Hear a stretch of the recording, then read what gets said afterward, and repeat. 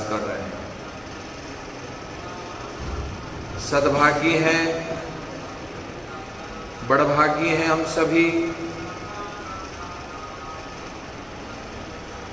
स्वामी जी श्री रामचरण जी महाराज के वांग्मय स्वरूप अनुभव वाणी के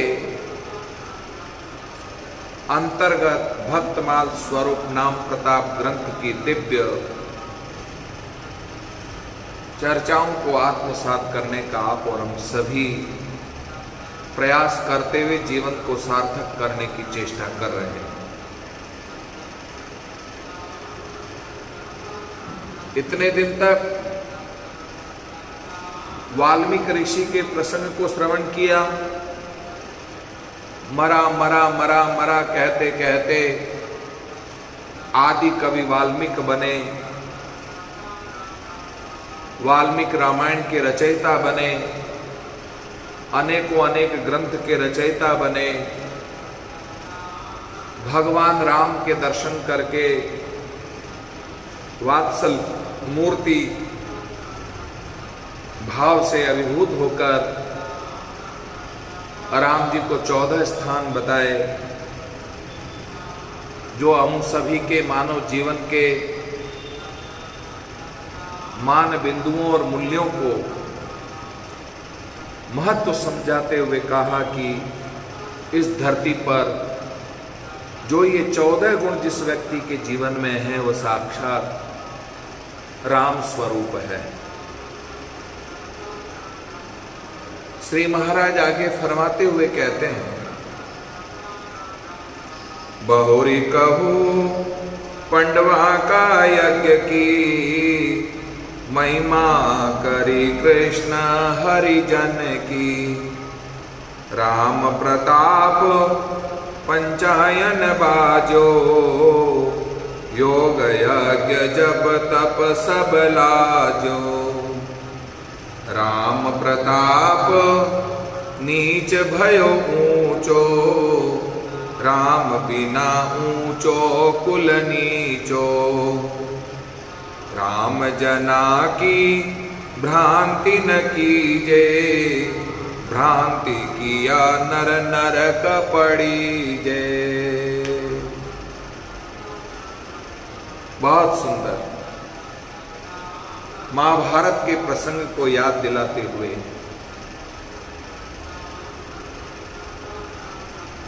धर्मराज युधिष्ठिर, अर्जुन, भीम, नकुल, सहदेव, पांचों पांडव भगवान श्री कृष्ण के अनन्य श्रद्धावान निष्ठावान, जिनके चरण रजों में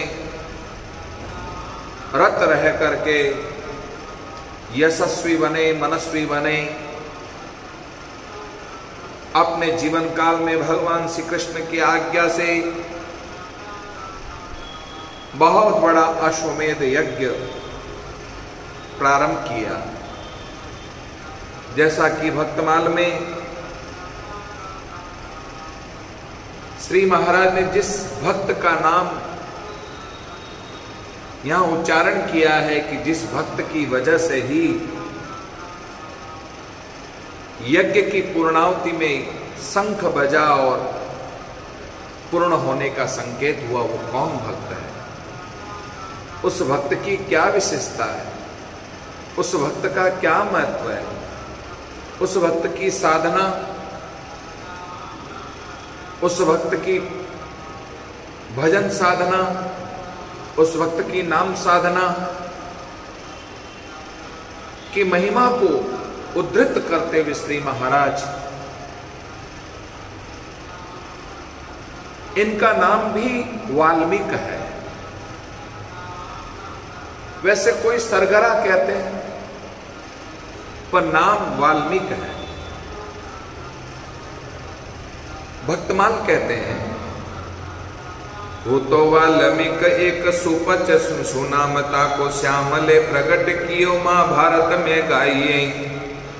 पांडवन मध्य मुख धर्म पुत्र राजा आपकी नो यज्ञ भारी दिशि आए भूमि छाइए, ताको अनुभाव शुभ संक सुप्रभाव कहे, जो पे नहीं बाजे तो अपूर्णता आइए। सोई बात भई वह बाजो नहीं सोच परियो, पूछे प्रभु पास या की न्यूनता बताइए।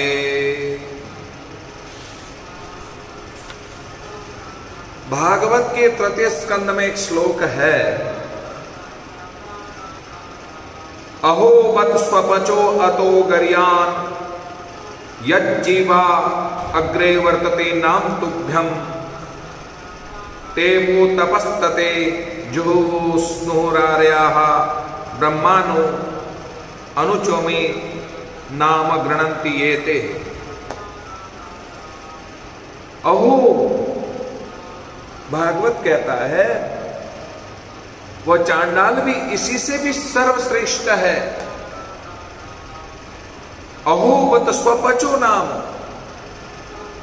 यानी कि वह चांडाल भी इससे सर्वश्रेष्ठ है जिसकी जीवा के अग्रभाग में आपका नाम विराजमान है। चांडाल जाति में भी होकर कि यदि सतत नाम जप करता है, जाति पाति पूछे न कोई, हरि को भजे सो हरि का होई। नाम में किसी जाति का लेना देना नहीं है। नाम में, नाम जपने में, भगवान को भजने में, भगवान की साधना करने में जाति बंधन नहीं है। चांडाल भी यदि भगवान भजन करता है, नाम साधना करता है, तो उस ब्राह्मण से भी श्रेष्ठ है जो ब्राह्मण होकर के भी नाम नहीं जपता है। यज्ञ तप ब्राह्मणत्व की रक्षा नहीं करता है तो उससे भी श्रेष्ठ है। जो श्रेष्ठ पुरुष आपका नाम उच्चारण करते हैं, जिन्होंने तप हवन तीर्थ स्नान सदाचार का पालन और वेदाध्ययन सब कुछ कर लिया है, साधकों, स्वपच वाल्मीकि नामक एक भगवान के बड़े भारी भक्त थे। गुप्त ही रहते थे। संत कभी अपने आप को प्रकट नहीं करते कि मैं संत हूं। भजन करने वाले, साधना करने वाले कभी प्रकट नहीं करते अपने आप को, क्योंकि उसमें अपने आप को विघ्न समझते हैं, साधना में विघ्न समझते हैं। मैं अपना जितना प्रचार करूंगा, मैं अपना जितना ज्यादा मैं सिद्धि का प्रदर्शन करूंगा, उतना ही बंधन है, उतनी ही भीड़ इकट्ठी होगी और यह भीड़ भजन में बाधक है। लेकिन भगवान श्री कृष्ण की नजरों में महान भक्त का वर्चस्व बढ़ाने के लिए, प्रकट करने के लिए ये लीला रची। श्याम सुंदर भगवान श्री कृष्ण ने उन्हें प्रकट किया। विस्तार से तो महाभारत में कथा है, यहां तो मैं आपको संक्षिप्त सुना रहा हूं। पांडवों में मुख्य धर्मपुत्र युधिष्ठिर राजा थे। आपने बड़ा भारी यज्ञ किया,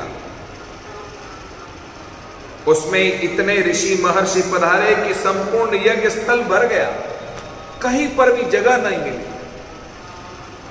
चारों ओर, चारों दिशाओं में दूर दूर तक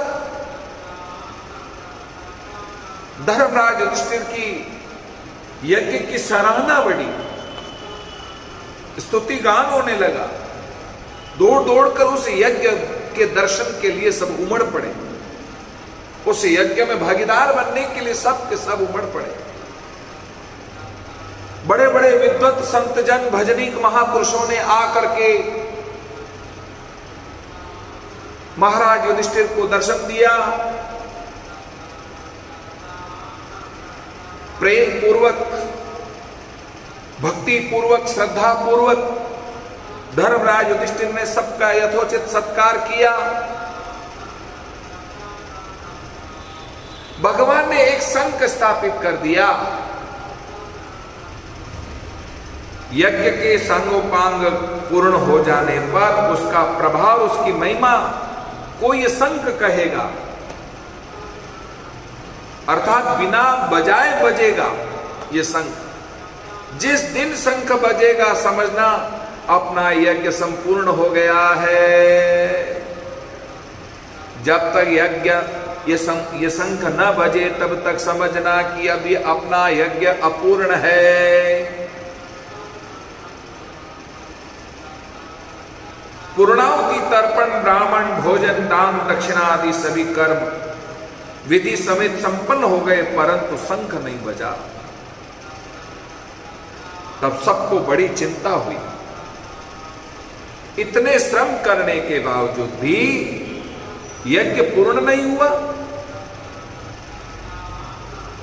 किसी भी प्रकार से कोई भी जीव या प्राणी शेष नहीं रहा है।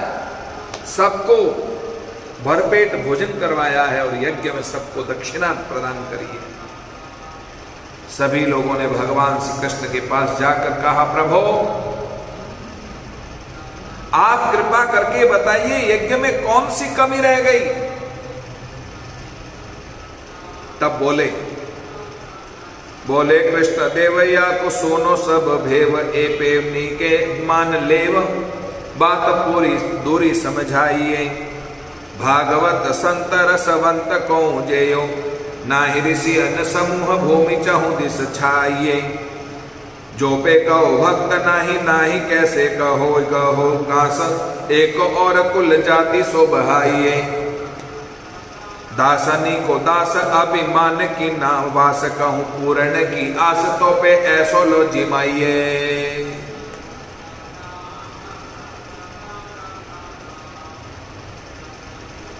मृषा न होई देव ऋषि माया,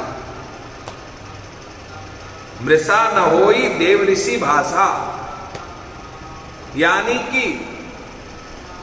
भगवान की, देवर्षि की या महर्षि की, ऋषि मुनियों की बात कभी झूठी नहीं होती। वैसे भगवान श्री कृष्ण का कहना मिथ्या नहीं हो सकता। अप्रतीति की संभावना है, अतः प्रथम ही कह देते कि प्रतीति की असंभावना का हेतु बताते हुए भाव यह है कि जो बात मैं कहने वाला हूं उसे आज तक कोई नहीं जानता। भागवत, संत, रसवंत, इनमें से एक एक भाव की प्राप्ति दुर्लभ है। जो भगवंत है, रसवंत है, भक्त शिरोमणि है, बहुत दुर्लभ है। तीनों का एक साथ संजोग होना तो परम दुर्लभ है। भागवत, संत और रसवंत, इन तीनों का एक साथ किसी भक्त में गुण होना यह और दुर्लभ की बात है।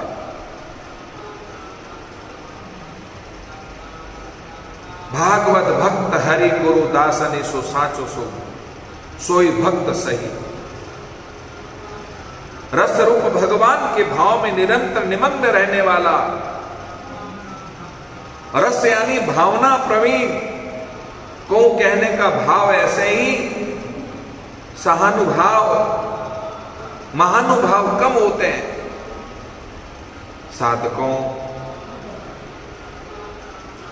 जाति पाति धन धर्म बढ़ाई, प्रिय परिवार सदन सुखदाई। सब तज तुमई रही मुरलाई, तिनके हृदय बसऊं रघुराई। कल हमने वाल्मीकि ऋषि के 14 स्थानों में ये एक स्थान भी श्रवण किया था, जो आज मैं पुनः चौपाई दोहराई है। कौन सी चौपाई? जाति पाति धन धर्म बढ़ाई, विप्रिय परिवार सदन सुखदाई। सब तज तुमहि रहि उरलाई, तिनके हृदय बसऊं रघुराई।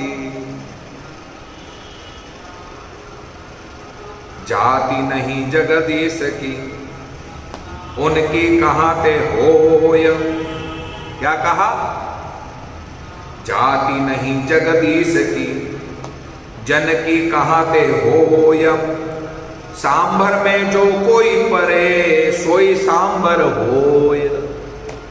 आहा, क्या कवि ने, किसी संत महापुरुष ने सुंदर भाव व्यक्त किया है।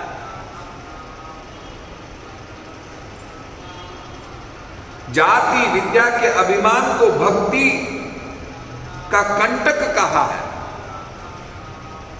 जाति पाति धन धर्म बढ़ाई, ये सब भक्ति में कंटक है, कांटे के समान है। गौरांग महाप्रभु कहते हैं, गोपी भर्तु पद कमलयो दासा दासानुदास। पांडव गीता में कहा है, तद भृत्य भृत्य परिचारक भृत्य भृत्य भृतस्य भृत्य इति माम स्मर लोकनाथ। भगवान श्री कृष्ण बोले, शंख न बजने का रहस्य सुनिए और उसे अच्छी प्रकार से मान लीजिए। मैं आप लोगों को अत्यंत गुप्त बात सुनाकर समझा रहा हूं, सुनो। यद्यपि ऋषियों के समूह से चारों दिशाएं संपूर्ण ऋषि मुनि साधु संत महात्मा, ऋषि महर्षि देवर्षि मनीषी यशस्वी, सब के आने से भूमि भर गई, सभी ने भोजन किया है, परंतु किसी रसिक वैष्णव संत ने भोजन नहीं किया है। भोजन तो सबने किया है। रसिक जो भगवान का रसिक है, भजन में रत रहने वाला है, 24 घंटे राम राम राम राम राम राम राम राम भी नहीं जपता है, रंकार की ध्वनि लगी है, ऐसा कोई रसिक भक्त अभी बाकी है, उसने भोजन नहीं किया। यदि आप लोग यह कहें कि इन ऋषियों में क्या कोई भक्त नहीं है, तो मैं नहीं कैसे कह करूं। अवश्य इन ऋषियों में बहुत उत्तम उत्तम भक्त है। फिर भी मेरे हृदय की एक गुप्त बात यह है, मैं एक गांस और रखता हूं, सर्वश्रेष्ठ रसिक वैष्णव भक्त उसे मानता हूं जिसे अपनी जाति विद्या ज्ञान आदि का अहंकार बिल्कुल भी नहीं हो, जो अपने को दासों का दास मानता है। दासानुदासो भवितास्मि भूयः, ऐसा भागवत के 6 स्कंद में भी कहा है। वृत्रासुर के प्रसंग में नागपत्नियों ने कहा है, वृत्रासुर अंत समय में यह भाव व्यक्त किया है, जब उसे दधीचि ऋषि का वज्र प्रहार होने लगा, तब उसे भगवत दर्शन की अनुभूति होते हुए इन स्तोत्र का गान करने लगा। भवितास्मि भूय, दासानुदासो भवितास्मि भूय, यह शब्द का उच्चारण किया, जिसमें किसी भी प्रकार के अभिमान की थोड़ी भी गंध न हो। यदि यज्ञ पूर्ण करने की इच्छा है तो ऐसे भक्त को लाकर जिमाइए। अभी वो भक्त आना बाकी है। भक्त के अहम का शरणागति के समय ही प्रभु पद में लय हो जाता है। वह अपने को तृणादपि सुनीच मानने लगता है। तृणादपि, तृण से भी तुच्छ समझता है, सबसे हीन समझता है। भगवान की नजरों में रज के बराबर भी अपने को नहीं गिनता है, अपने को बहुत तुच्छ से भी तुच्छ, तुच्छ से भी तुच्छ समझता है। नवास कहने का भाव यह है कि अभिमान की तो बात ही क्या, अभिमान की गंध भी नहीं आती है। तात्पर्य यह है कि जैसे सुगंधित पुष्प हाथ में लेकर उसे छोड़ देने पर भी हाथ में वह सुगंधी बनी रहती है, क्योंकि सुगंधी सुगंधधारी पुष्प का प्रभाव है, महाराज उसकी सुगंध हाथ में रहती है। वैसे ही जाति विद्या के अभिमान को दूर करने पर भी उनके सूक्ष्म संस्कार बने रहते हैं, परंतु भक्तों को एकमात्र भगवत स्मृति से भिन्न और कोई स्मृति भी नहीं होती है। जो मेरे प्रिय भक्त, भक्ति प्रियो माधवा, जो प्रियो में प्रिय भक्त है, कहने का अभिप्राय है अभिमानी को अभिमान अंग अंग में, रोम रोम में समाया होता है, परंतु भक्त के तो अंग अंग में, रोम रोम में भक्ति समाई होती है। अतः अभिमान के लिए कहीं स्थान ही नहीं।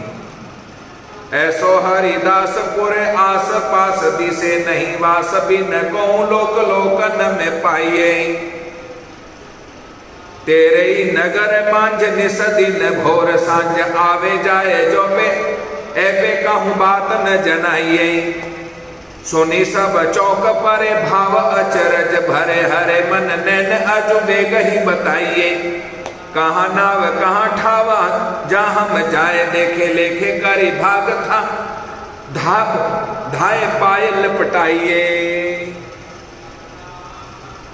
भगवान की बात सुनकर धर्मराज युधिष्ठिर बड़े विचार में पड़ गए। धर्मराज युधिष्ठिर ने कहा सत्य है, पर ऐसा भगवत भक्त हमारे नगर के और पास कहीं भी दिखाई नहीं देता है। जो उसकी रोम रोम में भक्ति समाई हुई है, ऐसा कहीं हमें भक्त नजर नहीं आता है।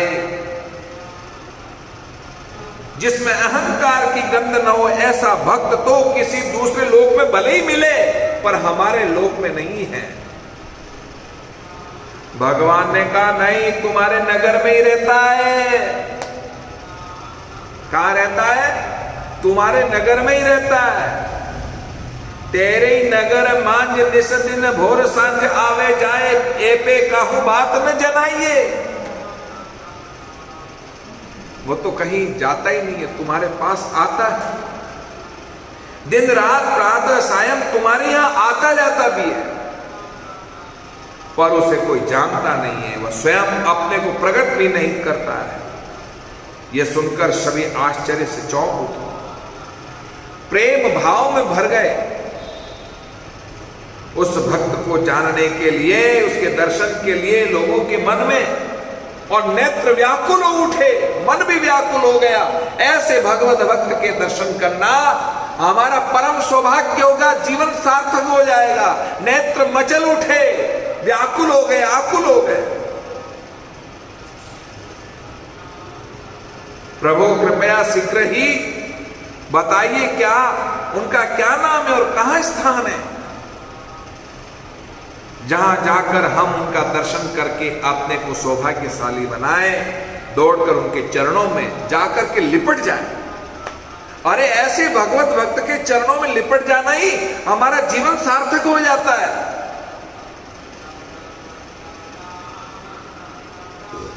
सिद्ध कहानी के लिए, अपने आप को बड़ा मानने के लिए लोग तरह तरह के तरीके निकालते हैं,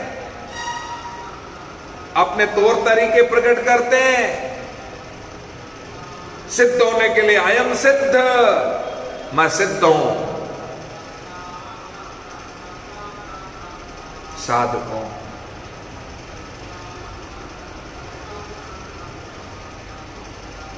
नख बिन कटा देखे योगी, कन्न फटा देखे शीस भारी जटा देखे, छार लाए तन में। मौनी अन्न बोल देखे जैनी छे सिर छोल देखे, करत कलोल देखे वन खंडी वन में। गुणी और क्रूर देखे कायर और सूर देखे, माया माई पूरी देखे पुर रहे धन में।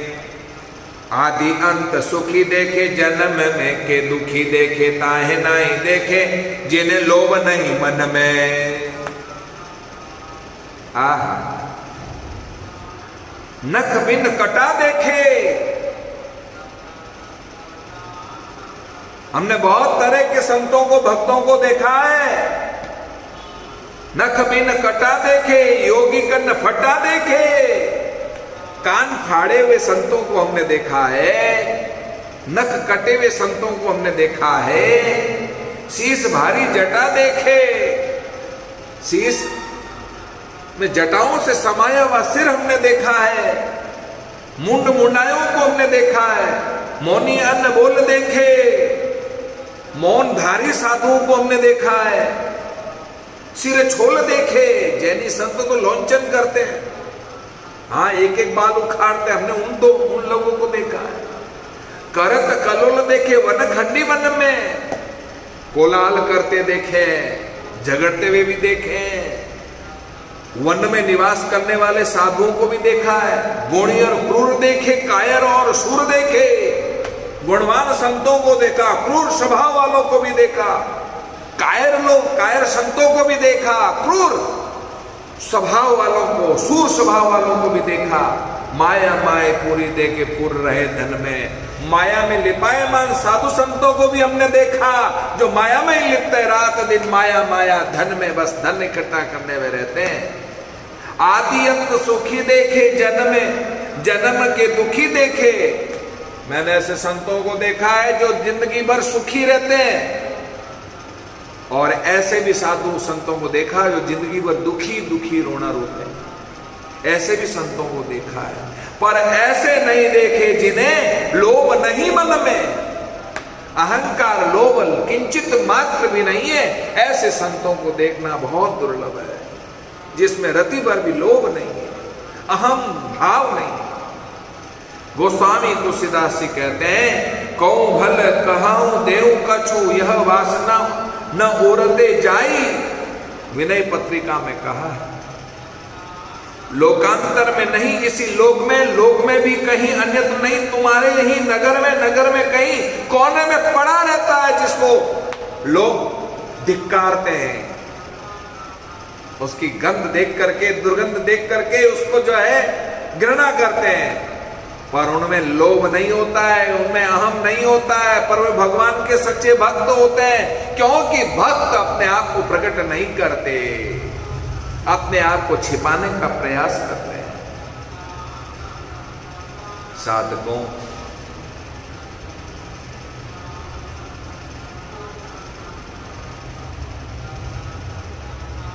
कहो बात न जनाइए।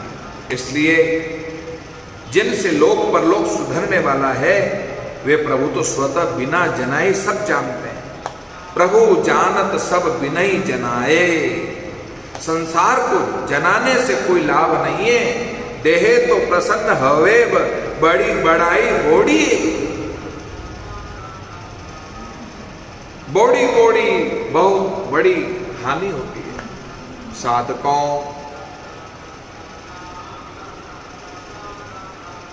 एक जंगल में एक सिद्ध महात्मा रहते थे। उनका दर्शन करने के लिए, सत्संग करने के लिए कई लोग आया जाया करते थे। एक राजा नित्य प्रति सत्संग करने के लिए ऐसे सिद्ध महात्मा के पास में जाते थे, सेवा भी खूब करते थे। सेवा से संतुष्ट होकर संत ने एक दिन अपनी सिद्धि की बात व्यक्त की। राजा संत के चरणों में पड़कर रोया, खूब रोया, खूब रोया, फपक फपक कर रोने लगा। जब सिद्ध ने बार बार दुख का कारण पूछा तो राजा बोले, महाराज आपकी कृपा से सब प्रकार का सुख है, पर मेरे जीवन में पुत्र नहीं है, संतान नहीं है। संसार में सब प्रकार के सुख किसी व्यक्ति को मिल जाए असंभव। कोई तन दुखी, कोई मन दुखी, कोई धन बिन रहत उदास है। थोड़े थोड़े सब दुखी, सुखी राम के दास है। यहां तो कोई किस कारण से दुखी है, कोई किस कारण से दुखी है। सब प्रकार के सुखी होना, सब प्रकार के सुख किसी व्यक्ति के जीवन में होना, यह बहुत मुश्किल है। कोई ना कोई दुख तो उसके जीवन में सताता है। हाँ, जो राम के दास है, जो राम की भक्ति करते हैं, वही जी संसार में सुखी है, बाकी तो सब दुखी ही दुखी है। भूतानाम देव चरितम सुखाय च दुखाय च, भागवत के 11 स्कंद के दूसरे अध्याय में यह श्लोक कहा है। इस संसार में जितने भी देव हैं, ऋषिगण हैं, या इस धरती पर जितने रिश्ते नाते हैं, ये सब प्रकार के सुख और दुख देने वाले हैं, पर छाए व कर्म से। सब प्रकार का सुख देने वाला यदि कोई है तो केवल और केवल संत ही है, जो संत सुखी करता है, संत सुख ही देता है, जो सबको सब प्रकार से हमेशा सदा सर्वदा जो सुख देता है, उसी का नाम संत है। बाकी तो दुनिया की जितने भी रिश्ते हैं, उनसे सुख भी मिलता है तो दुख भी मिलता है, पदार्थों से सुख मिलता है तो दुख भी मिलता है, धन दौलत सत्ता शक्ति संपत्ति सौंदर्य से सुख और दुख दोनों मिलता है, पर सब प्रकार के सुख किसी व्यक्ति से मिलता है तो वो संत है। भूतानाम देव चरितम सुखाय च दुखाय च, सुखाय साधनम तवादृशाम अच्युतात्म नामा, ऐसा सुंदर कहा है। साधकों, तो राजा रो पड़ा फबक फबक कर। सिद्ध ने कहा, सिद्ध संत ने पूछा क्या कारण है? बोले सब प्रकार के सुख है पर जीवन में संतान नहीं है। अच्छा, संतान नहीं है तो तुम एक काम करो। सिद्ध ने कहा, बोले क्या?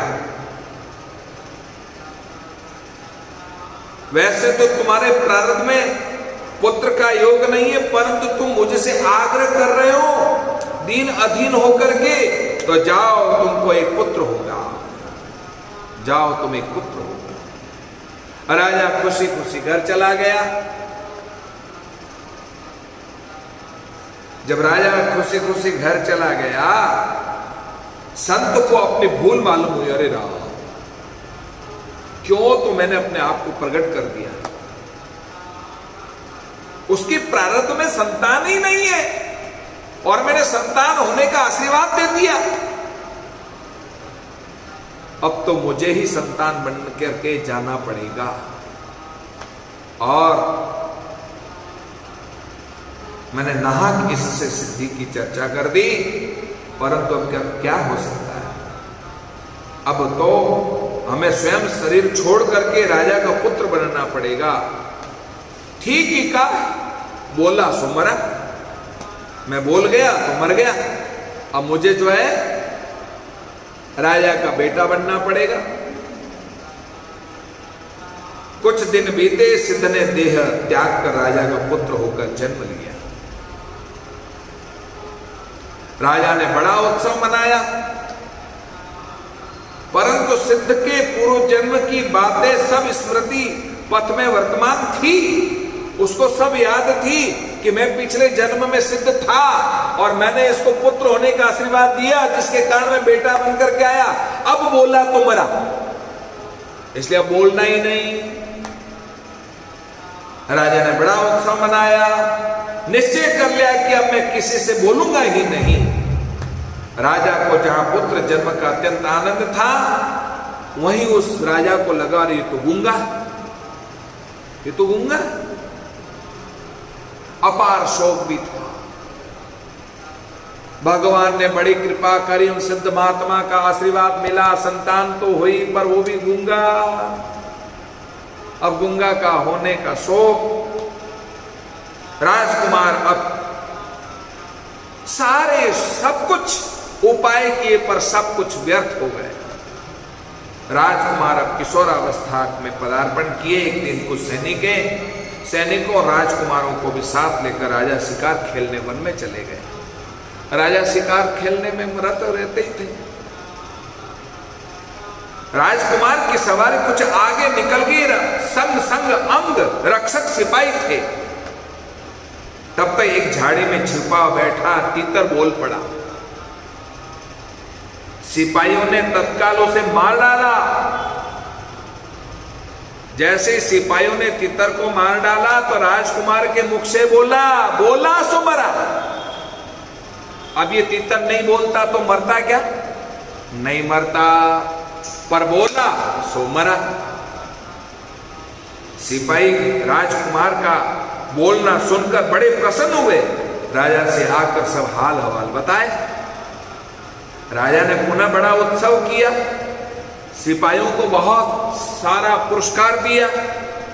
फिर दरबार में बैठकर राजकुमार को गोद में लेकर बड़े प्यार से जो है पुचकारते हुए, सिर सूंघते हुए, लाड लड़ाते हुए, चुंबन करते हुए और बोलने को कहा कि बोलो कुमार तुम अब कुमार ने सोचा, एक चुप हजार चुप, एक चुप हजार चुप। राजा को रंज आया सिपाहियों पर, इन्होंने झूठ कहा, हमारा बहुत सारा द्रव्य खर्च करा दिया, ये तो बोल ही नहीं रहा है, ये तो गूंगा है। और सिपाही ने झूठा मूठा कह दिया कि बोला। सिपाहियों को बुलाकर दंड देने का हुक्म कर दिया। तब राजकुमार फिर बोल पड़ा, बोला सो मरा। यदि सिपाही लोग नहीं बोलते राजा को तो आज इनको दंड नहीं मिलता, यानी बोला सो मरा। राजा ने सिपाहियों को क्षमा कर दिया। राजकुमार से हट करके पूछा, क्या बात है, तुम बोलते नहीं हो, और बोलते भी हो तो केवल एक ही शब्द बोलते हो, बोले सो मरा, बोले सो मरा, बोले सो मरा, बोले सो मरा, क्या बात है? तब राजकुमार ने खोलकर सब वृतांत वर्णन श्रवण कराया। मैं वही सिद्ध हूं, मैं वही सिद्ध हूं जो तुमने गिड़गिड़ा कर रो करके, फबक फबक कर रो करके मेरे से संतान की प्रार्थना की थी, और मैं बोला तो मुझे तेरे यहां बेटा बनना पड़ा।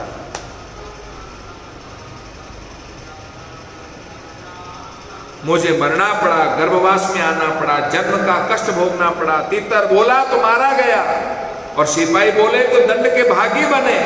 इससे सिद्ध होता है कि संसार में जो भी बोला सो मरा, जो नहीं बोलता है एक चुप हजार चुप। राघव चेतन यो का सबसे मोटी चुप, और कुछ नहीं, सबसे बड़ी बात है चुप रहना। इतने महान संत जिनकी बड़ाई स्वयं भगवान करते हैं, वो नित्य हमारे द्वार पर आते हैं। हम लोगों ने आज भी उन्हें जाना नहीं। ऐसा कौन महात्मा है जो नित्य हमारे द्वार पर आता है और अभी तक हमने उस महात्मा को पहचाना नहीं? क्या बात है, इससे बड़ा आश्चर्य हुआ, चौंक पड़े। साथ ही उनकी बड़ी श्रद्धा भी हुई कि ऐसे महात्मा के दर्शन तो करना चाहिए, क्योंकि प्रभु स्मरण करके बार बार पुलकायमान हो रहे थे, दर्शन के लिए आतुर हो रहे थे, आंखें ललक पड़ रही थी। संत दर्शन के लिए स्वयं चलकर जाने का बड़ा महात्म्य है। संत दर्श गूंजाए तज माया विमान, जो जो पग आगे धरे त्यों त्यों यज्ञ समान। घड़ी का कांटा इशारा कर रहा है, ये प्रसंग केवल आज ही पूरा नहीं होगा, प्रसंग जारी रहेगा। किस तरह से पांडव लोग उस महात्मा की शरण में जाएंगे, फिर भी वो महात्मा नहीं आएंगे, पर द्रौपदी के प्रार्थना करने पर किस तरह से महात्मा आते हैं और किस तरह से भोजन करते हैं और कैसे शंख बजता है, ऐसा दिव्य प्रसंग हम आपको कल के दिन सुनाएंगे। बड़ा ही मार्मिक प्रसंग है। इसलिए स्वामी रामचरण जी महाराज ने कहा, बहुरी कहूं पंडवा का यज्ञ की, महिमा करी कृष्ण हरिजन की। राम प्रताप पंचायन बाजो, योग यज्ञ जप तप सब लाजो।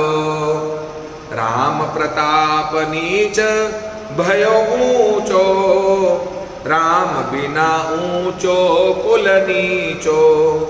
राम जना की भ्रांति न कीजे, भ्रांति किया नर नर कपड़ीजे। श्री महाराज का यह शब्द सरगरा